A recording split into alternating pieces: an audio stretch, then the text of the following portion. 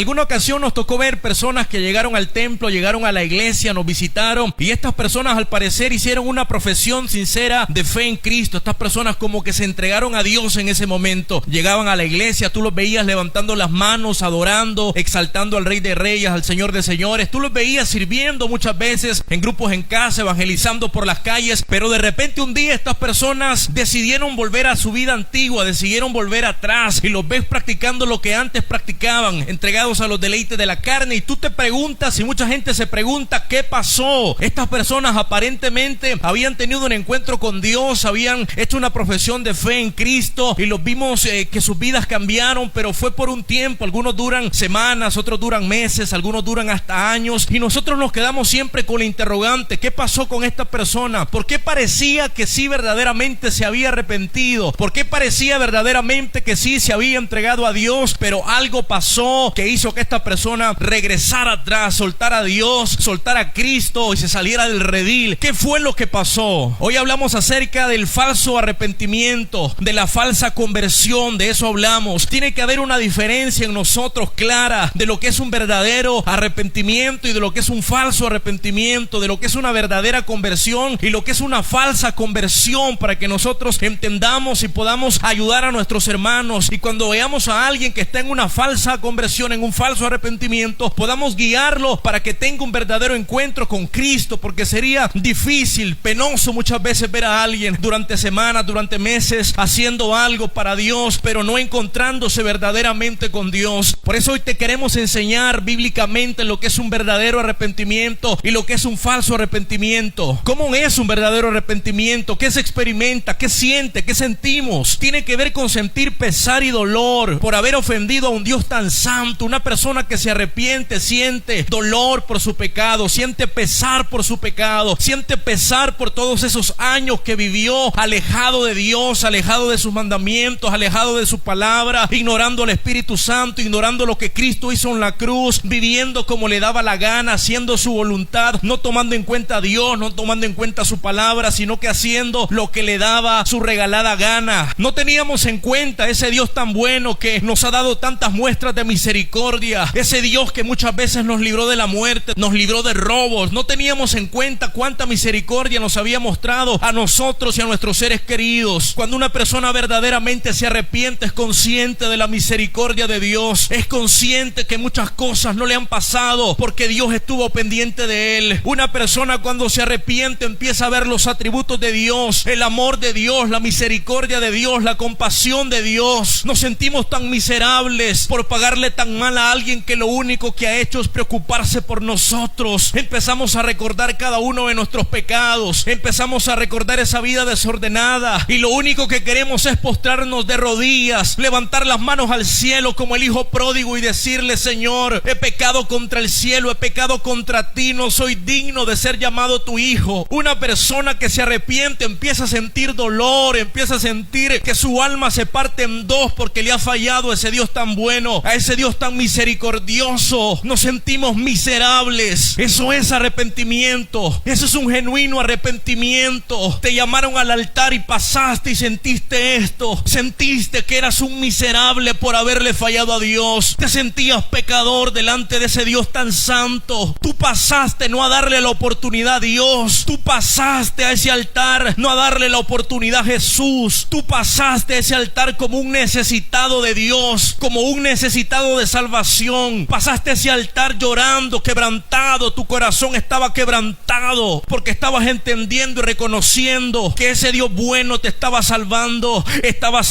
tu alma del infierno. Pero tenemos que tener cuidado porque también existe un falso arrepentimiento, también existe una falsa conversión, y puedes pasar motivado por un falso arrepentimiento, por una falsa conversión. Porque si en lugar de sentir pesar, dolor por tu pecado, si en lugar de sentir pena por haber fallado contra Dios y haber fallado contra tu prójimo, y una de las características de la falsa conversión, del falso arrepentimiento, es que tú sientes vergüenza, pero no con Dios, no con el prójimo. Tú sientes vergüenza no por lo malo que hiciste, tú sientes vergüenza por lo que la gente dice, por lo que la gente habla. Tú tienes vergüenza de que si robas la gente diga que eres ladrón. Tú sientes vergüenza de que si estafas la gente dice que es estafador. Tú sientes vergüenza de que si fornicas la gente te diga fornicario. Pero tú no sientes vergüenza por tu fornicación delante de Dios. Tú no sientes vergüenza por tu pecado delante de Dios. Tú sientes vergüenza porque te amas demasiado a ti, no quieres que los demás hablen de ti. Te duele y te sientes apenado porque te descubrieron. Te duele y te sientes apenado porque la gente va a empezar a hablar mal de ti. Pero no te duele haber pecado contra Dios. No te duele haber pecado contra la gente y hacerla sufrir. ¿Sabes cómo se llama eso? Se llama falso arrepentimiento. Y eso dura unos cuantos días y vuelves a hacer lo mismo. Si muchas veces has llorado, si muchas veces te has lamentado por haber fallado delante de Dios y a los pocos días vuelves a hacerlo, significa que estás practicando un falso arrepentimiento. Significa que lo que has sentido es un dolor, es una pena, pero es algo egoísta, algo que tiene que ver contigo. Sentiste dolor pero no con Dios. Sentiste pena pero no para con Dios, sino que sentiste pena y dolor por las consecuencias que el pecado te estaba trayendo a tu vida. Eso se llama falsa conversión. Eso se llama falso arrepentimiento. Sentiste pena y dolor pero no para con Dios. Sentiste vergüenza pero no para con Dios. La sentiste por ti, porque te descubrieron, porque te trajo consecuencias negativas a tu vida, a tu ministerio. Te cuidas de pecar. Cuando hay un falso arrepentimiento te cuidas de pecar, pero no porque amas a Dios, no porque respetas a Dios, sino porque el pecado te traerá consecuencias humillantes, nefastas, vergonzosas, y te estás cuidando tú la reputación, pero no te importa la reputación de Dios. Esa es la marca de un falso arrepentimiento, cuando el protagonista, el centro de todo eres tú y no Dios. Y eso pasa porque todavía no has llegado a conocer el verdadero arrepentimiento. Todavía no conoces la tristeza que produce el arrepentimiento. La tristeza que produce el arrepentimiento no tiene que ver con los hombres, tiene que ver con Dios. Y el fruto de esa tristeza es un genuino arrepentimiento. Te pones triste no porque el hombre va a hablar de ti. Te pones triste no porque el pecado te trae consecuencias para con el hombre. Te pones triste cuando es una tristeza que viene de Dios, porque ofendiste el corazón de Él, porque ofendiste el corazón de Jesús, y te sientes triste por haberle fallado a tu Dios. El comentarista bíblico John Broadus observa: siempre que esta palabra arrepentimiento se usa en el Nuevo Testamento, la referencia es a cambiar el modo de pensar, haciendo referencia al propósito de salir del pecado e ir hacia la santidad. Dice este comentarista: siempre que alguien experimenta arrepentimiento, metanoia en griego, lo primero que tendrá es un cambio de pensamiento, y ese cambio de pensamiento, su propósito es salir del pecado e ir corriendo hacia la santidad. Ese es arrepentimiento. El arrepentimiento implica dolor por el pecado, pero dolor que lleva a un cambio de pensamiento, de deseo y conducta de vida. El arrepentimiento te va a llevar a cambiar tu forma de pensar, tu forma de desear y la conducta de vida. El teólogo Eric Sauer habla del arrepentimiento como una acción triple. En el entendimiento significa reconocimiento del pecado, en los sentimientos significa dolor y pena, y en la voluntad significa cambio de manera de pensar. El comentarista John MacArthur dice: el doliente según Dios tendrá verdadera tristeza por sus pecados. Su principal preocupación es por el daño que su pecado hace a la gloria de Dios, no por el daño que su exposición al pecado pudo haber traído a su propia reputación o bienestar. El dolor por el pecado tiene que ver con Dios, no contigo. Leemos la palabra de Dios, 2 de Corintios capítulo 7 verso 5. Escribe el apóstol Pablo: cuando llegamos a Macedonia no hubo descanso para nosotros. Enfrentamos conflictos de todos lados, con batallas por fuera y temores por dentro. Pero Dios, quien alienta a los desanimados, nos alentó con la llegada de Tito. Su presencia fue una alegría, igual que la noticia que nos trajo del ánimo que él recibió de ustedes, cuando nos dijo cuánto anhelan verme y cuánto sienten lo que sucedió y lo leales que me son. Me llené de alegría. No lamento haberles enviado esa carta tan severa, aunque al principio sí me lamenté, porque sé que les causó dolor durante un tiempo. Ahora me alegro de haberle enviado, no porque los haya lastimado, sino porque el dolor hizo que se arrepintieran y cambiaran su conducta. Fue la clase de tristeza que Dios quiere que su pueblo tenga, de modo que no les hicimos daño de ninguna manera, pues la clase de tristeza que Dios desea que suframos nos aleja del pecado y trae como resultado salvación. No hay que lamentarse por esa clase de tristeza, pero la tristeza del mundo, al cual le falta arrepentimiento, resulta en muerte espiritual. Tan solo miren lo que produce en ustedes esa tristeza que proviene de Dios: tal fervor, tal ansiedad por limpiar su nombre, tal indignación, tal preocupación, tal deseo de verme, tal celo y tal disposición para castigar lo malo. Ustedes demostraron haber hecho todo lo necesario para corregir la situación. Santiago también nos presenta el mensaje de arrepentimiento en Santiago capítulo 4 verso 8. Acercaos a Dios y Él se acercará a vosotros. Pecadores, limpiad las manos, y vosotros los de doble ánimo, purificad vuestros corazones. Afligíos y lamentad y llorad, vuestra risa se convierte en lloro y vuestro gozo en tristezas. Humillaos delante del Señor y Él os exaltará. Este mensaje es para que identifiquemos entre un falso arrepentimiento y un verdadero arrepentimiento. El verdadero arrepentimiento traerá cambio, traerá transformación en tu forma de pensar y en tu forma de actuar. El verdadero arrepentimiento te hará entender que cada vez que pecas lastimas a Dios, lastimas su gloria y lastimas al hombre que es imagen de Dios. El falso arrepentimiento puede ser que te sientas un poco triste, pero porque no sabes contra quién estás pecando, vuelves a hacerlo una y otra vez. En el falso arrepentimiento te puedes arrepentir unas horas, te puedes arrepentir unos días, pero vuelves a caer porque vuelves a hacer lo mismo, porque no sabes contra quién estás pecando, no sabes a quién estás lastimando. Pero cuando encontramos el verdadero arrepentimiento, entendemos que nuestro pecado lastima a Dios, nuestro pecado contrista al Espíritu Santo. Cuando entendemos el verdadero arrepentimiento, sentimos dolor porque no queremos hacer aquello por lo que Cristo murió. No queremos volver a hacer sufrir a Jesús, al Espíritu Santo. Entendamos lo que es un falso arrepentimiento y lo que es un genuino arrepentimiento. Dios desea que si estamos viviendo en un falso arrepentimiento, haciendo lo mismo vez tras vez, una y otra vez, Dios desea que vivamos y que pasemos a un genuino arrepentimiento, donde nos espera el Espíritu Santo, donde nos espera la gracia para poder vencer el pecado, para poder vencer la carne, para poder vencer la concupiscencia. En el verdadero arrepentimiento, tú no luchas con tus fuerzas, tú luchas con las fuerzas de Dios, tú luchas con las fuerzas del Espíritu Santo. El mismo que te salva te da el poder para vivir en santidad. El mismo que te salva, que te sella, el Espíritu Santo te da poder para vencer la carne, para vencer el pecado. Si estás en una falsa conversión, en un falso arrepentimiento, estás tratando en tus fuerzas, por eso caes vez tras vez, por eso cedes a la tentación, porque no estás trabajando con el Espíritu Santo, sino que estás trabajando en tus fuerzas. Y la Biblia dice: no es del que quiere ni del que corre, sino de Dios que tiene misericordia. Corramos por un verdadero arrepentimiento delante de Dios, en ruego, en lloro, digámosle al Espíritu Santo: ya no quiero vivir en un falso arrepentimiento, ya no quiero vivir en una falsa conversión, quiero convertirme verdaderamente, quiero arrepentirme verdaderamente. La Biblia dice: acercaos a Dios y Él se acercará a vosotros. Pecadores, limpiad las manos, y vosotros los de doble ánimo, purificad vuestros corazones. Afligíos y lamentad y llorad, vuestra risa se convierte en lloro y vuestro gozo en tristezas. Humillaos delante del Señor y Él os exaltará. No te conformes a vivir una vida en un falso arrepentimiento, en una falsa conversión. No creas que eso es normal. Si en ti no hay poder para vencer el pecado, si tú estás cayendo una y otra vez en los mismos pecados, significa que estás en un falso arrepentimiento y significa que necesitas venir a Dios, venir a Cristo con un corazón contrito y humillado, reconociendo que necesitas de Él, necesitas ser salvado, necesitas ser regenerado, necesitas ser restaurado. Aunque tengas 10 o 20 años en un templo perteneciendo a una organización, necesitas venir a Cristo. Si todavía en tu vida no hay un verdadero arrepentimiento, seas bendecido en el poderoso nombre de Jesús.